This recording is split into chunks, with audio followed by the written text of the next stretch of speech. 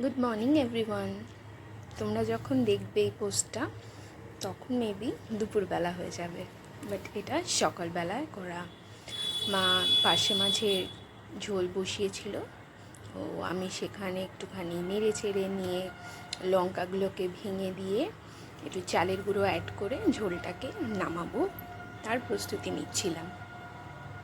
মাঝখানে একটুখানি চেখে দেখলাম কীরকম হয়েছে, নুন টুন ঠিক আছে নাকি। দেখলাম ঠিকঠাকই আছে। লঙ্কাটা একটু ভেঙে দিয়েছিলাম যাতে ঝাল হয়, আর ওপর থেকে ধনে পাতা ছড়িয়ে একটু নাড়িয়ে চাড়িয়ে নামিয়ে নিলাম পার্শে মাছের ঝোল। কড়াইটা লোহার, তাই এরকম ব্ল্যাক লাগছে।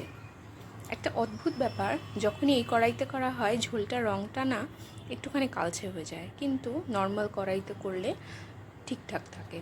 তারপর প্রেশার কুকারে একটু ডাল সেদ্ধ করা হয়েছিল, সেটাকে একটু ঘেটে নিলাম কারণ পুরো জমাট কেক হয়ে গেছিলো।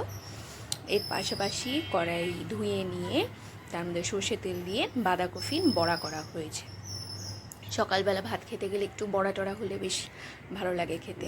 তো বাঁধাকপি তরকারি করেছিল মা, আমি সেখান থেকে একটুখানি বাঁধাকপি রেখে দিয়ে তার মধ্যে দিয়েছি একটু পেঁয়াজ, লঙ্কা, নুন, মিষ্টি, চালের গুঁড়ো, একটা আলু, এগুলোকে দিয়ে ভালো করে মেখে নিয়েছি।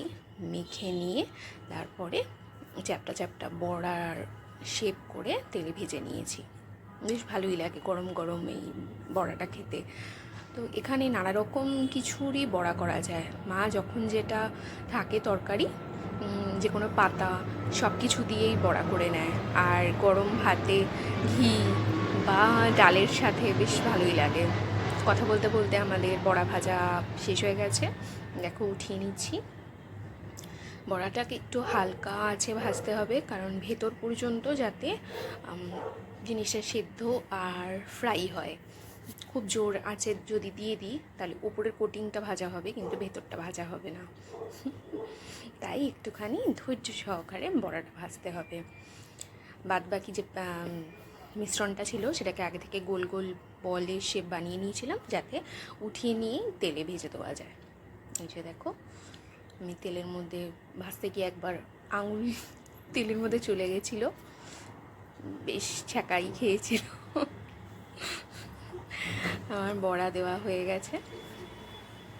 এবার লাস্টে একসাথে কয়েকটা বড়া দিয়ে দিলাম। ওই একটু একটু ভাজার থেকে একসাথে বড়া দিলে তাড়াতাড়ি হয়ে যাবে, বাট সময়টা একটু বেশি লাগবে। আমার বড়া একদম রেডি হয়ে গেছে, খেয়েও কিন্তু দারুণ লাগছে, বেশ মচমচে চালের গুঁড়ির জন্য। ব্যাস এবার ভাত নিয়ে বসবো। ব্লগটা কেমন লাগলো বলো। বাই।